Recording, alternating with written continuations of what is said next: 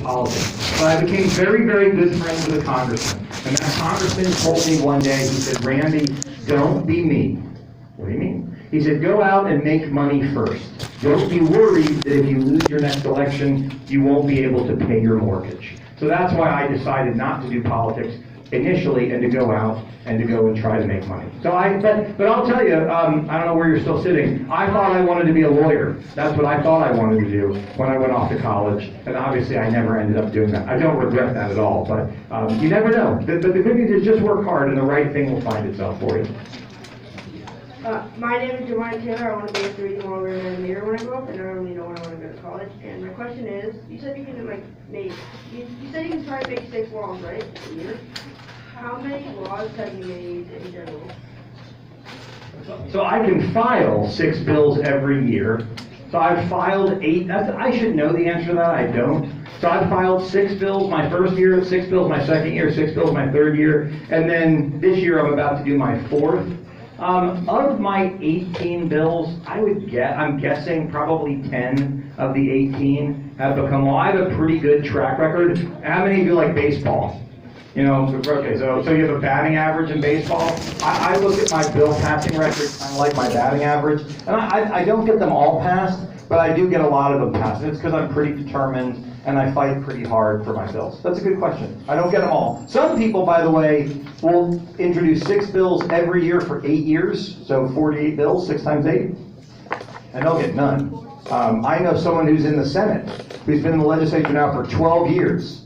So 12 times 6, 72, has never gotten a bill passed. So different people have different track records. I'm going to cast a line. Okay. Do you know one law that you have passed? I'll tell you one law. Okay, I'll tell you one law that I did get passed. I'll tell you it was an education bill. It was my first year. So I didn't like Common Core. I don't know if that's how you teach things at the elementary school. I didn't like it. I told you I didn't like how they were teaching my son math. So I wanted to get rid of Common Core. I wanted them to go back to teaching math the way I got taught math, and I turned out okay. So I realized getting rid of Common Core was going to be way too hard.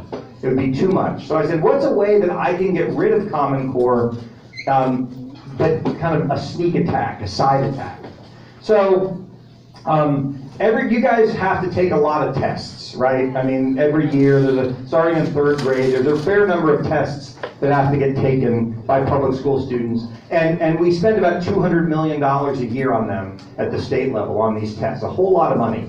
Now, how many of you have taken the PSAT 7 or 8, 9? How many of you have taken the PSAT 8, 9? Some of you can. If you're in Duke Tip, you can go take that program. My son's done it. Now, when you take the test and they send your scores back, what do? They send you your score, and they send you the answers, and they send you the test.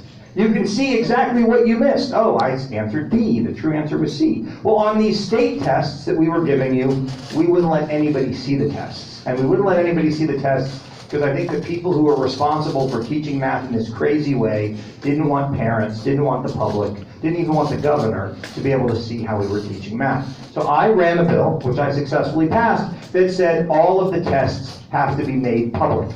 And they will all be made public next year. That is the timing when they will all be made public. But it doesn't matter, because after I got that bill passed, everybody got so nervous about releasing the tests. And in my discussions with our governor, Governor DeSantis decided to sign an executive order to leave Common Core. So the problem that I was trying to solve, we have ultimately solved both through that bill and working on other things. So that's just one example of a bill that I have passed in the last 3 years. Next question.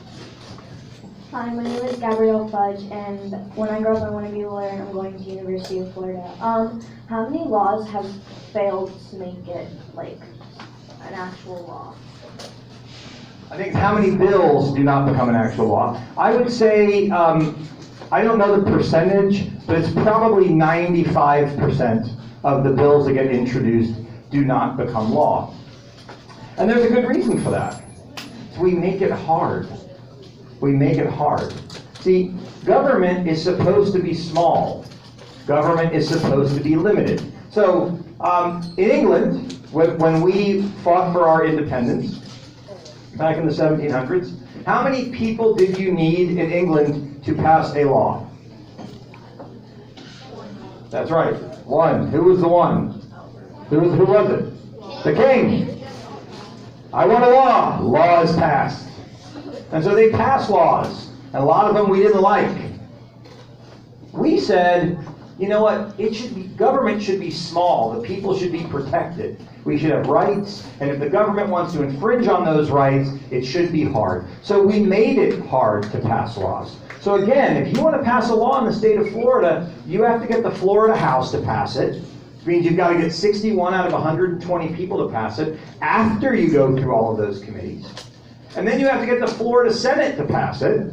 There are 40 members of the Senate, so you got to get 21 of the 40 to pass it after you go through all of those committees. And oh, by the way, even if you get the House and the Senate to pass it, who can say, no, I don't like that? Well, in the state, it's the governor. I'll give you a great example of that. There was a great example of this. So we had a bill that would have raised taxes for people who live in South Brevard, on your parents and the people you live with. And that bill was introduced in the legislature, and it passed in the Florida House 114 to 1. One person voted against it. I'll let you guess in a little bit who that one person was. And then it passed in the Senate 37 to 0. So, and by the way, the reason it doesn't add up to 40 and 120 is they might have been in the bathroom, they might have been sick that day. I mean, people do sometimes miss votes. So one person in two chambers voted against that bill. It was me. So I'm sitting in my house one day and my phone rings and it's the governor's office and they go, why did you vote against the bill? I told them.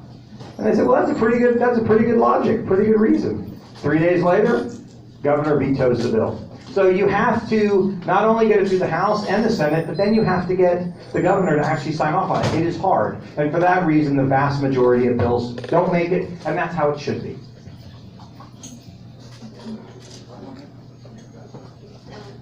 My name is Taylor Carlson. I want to be a doctor and go to University of Florida. And what was your favorite bill so far? Well, I'll tell you my favorite bill. That's a good question. So my favorite bill was a personal bill to me. So I'm Jewish. I don't even know if there is a Jewish kid in here, and if there is, you don't have to identify yourself. It's fine. I'm Jewish. I grew up in a place where there weren't a lot of Jews. I grew up in Kentucky. They used to call me a Kentucky Fried Jew, and that was not a term of endearment. It was kind of what they wanted to do to me. I got bullied pretty bad. So by the way, if you ever get bullied, you can A, call me, but B, no, it'll turn out okay. I did pretty good. So I got bullied pretty bad. And so I said when I got to the legislature, I didn't want things like that to happen to my two boys. So I introduced a bill that said that if people say bad things about Jews or Jewish people, that they have to be treated in our schools and in our colleges and universities the same way if you say bad things about other kinds of people. That you can't discriminate against Jewish people, which frankly you sort of could today in our schools. So I got that bill passed. It's very important, very meaningful to me, but it was pretty exciting because the governor and I went to Israel to sign that bill. And we actually signed it in Jerusalem. In a very famous hotel, in a very famous room, where we got to talk about it. I got to tell my story about what it was like for me when I was in 7th grade and how a bill like this would make that problem not happen again. That's the most important bill to me personally. A couple more? Okay.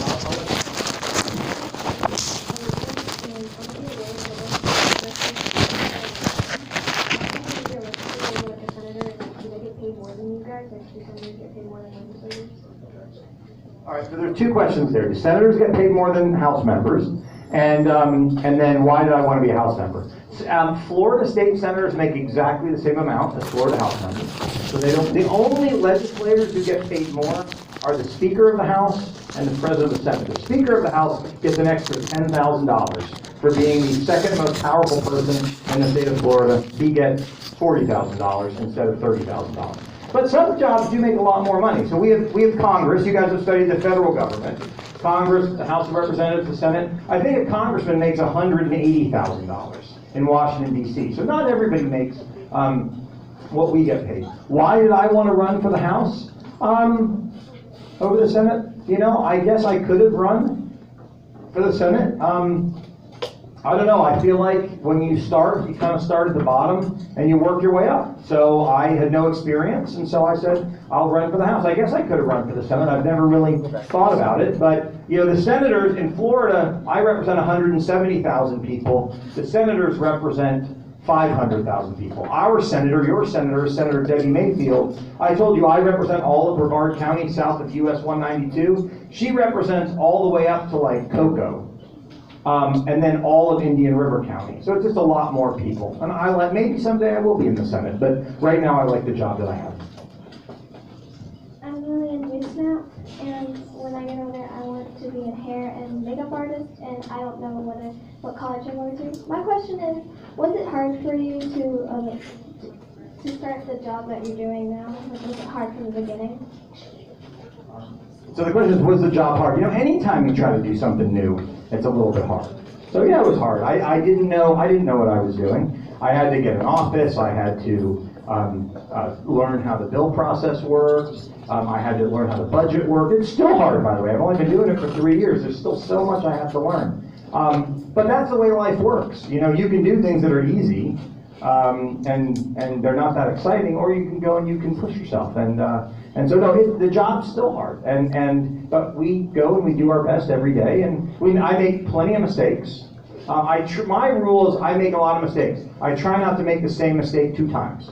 I make a mistake 1 time. And I feel like when I make a mistake, I go, good. I've been successful. I made a mistake. That's 1 more mistake I can check off my list that I will never make again. So that's the way life is. So yeah, it's hard, but it's okay. My name is Brown Green, and when I grow up, I might want to become a lawyer. I still have not figured that out yet. Same thing with which college I want to go to, and here's my question. If you're people that pass bills to make laws, why do you try to run for president? So it's a great question. Why don't I try to run for president? Well, the reason for that would be, does someone who plays junior high school football go straight to the NFL? No. You go from junior high football to high school football to college football to the NFL. There's ways to do it. And the people who run for president typically have done a whole lot more in politics than I have. So for example, most people who run for president, they're either a governor, it means they run the whole state, like Governor DeSantis, or they're a U.S. senator, so they're one of 100, like Marco Rubio or Rick Scott, or maybe they've been a cabinet secretary. But there's thousands and thousands and thousands of state legislators. We probably haven't done enough yet to be qualified to run for president. But you know, you never know, right? Maybe someday. Okay, good question. Last question. Last one. Make it a good one. Okay, hello, I'm Evan Emchek. I don't know what I'm going to be when I grow up, but I at least want to go to FIT. My question is, has there ever been a bill that has been unanimous in the House? Good question. FIT, by the way, become an Eagle Scout. You get to go to FIT for free. FIT gives full scholarships to Eagle Scouts. And I actually have done a lot of work. FIT's in my district, and I'm pretty good friends with them. So has there ever been a bill? Most bills actually pass unanimously when they get to the floor. You know, not everything, you know, you guys, if you watch the news, you hear a lot of fighting in Washington. The Republicans and the Democrats fight with each other. They're yelling, oh, I'm going to impeach you, oh, I'm this, oh, I'm that. There's a lot of fighting in Washington. Interestingly, at the state level in Florida, we don't have a lot of that. We have Republicans and Democrats, we do. In my chamber, there are 73 Republicans, and there's 47 Democrats. But we have a dining room just like this. It's a little smaller, where we all get together and we eat breakfast and we eat lunch and we get to know each other. And while we don't necessarily agree on everything, we all want Florida to be better. And so we certainly do have bills where people fight. So for example, you guys go to a charter school. One group of us are fans of charter schools. Another group in the legislature hates charter schools. They would get rid of this school if it were up to them. I like charter schools. I'm not one of those. So there are fights like that. But on most of the things that we vote on, actually everybody agrees and we think it's gonna be a good thing. The bill I talked about, the anti-Semitism bill, that bill passed unanimously, out of both chambers. There's still a lot of work, but in the end, it passed unanimously out of both of our chambers. So look, thank you. So I have to wrap up, but I have to wrap up, but we did bring something for all of you, and there's a couple of things. Can I have one? We brought something for all of you. Don't worry, it's not like a gold bar or anything, so it's not, it's not a PlayStation 5. I mean, don't get overly, it's not an Apple gift card or a cell phone. Don't get too much. But since you all are in 7th grade and you're doing civics, this is a guide to the Florida House of Representatives, and it really is a guide to really our government in Florida. There's a whole bunch of stuff on there.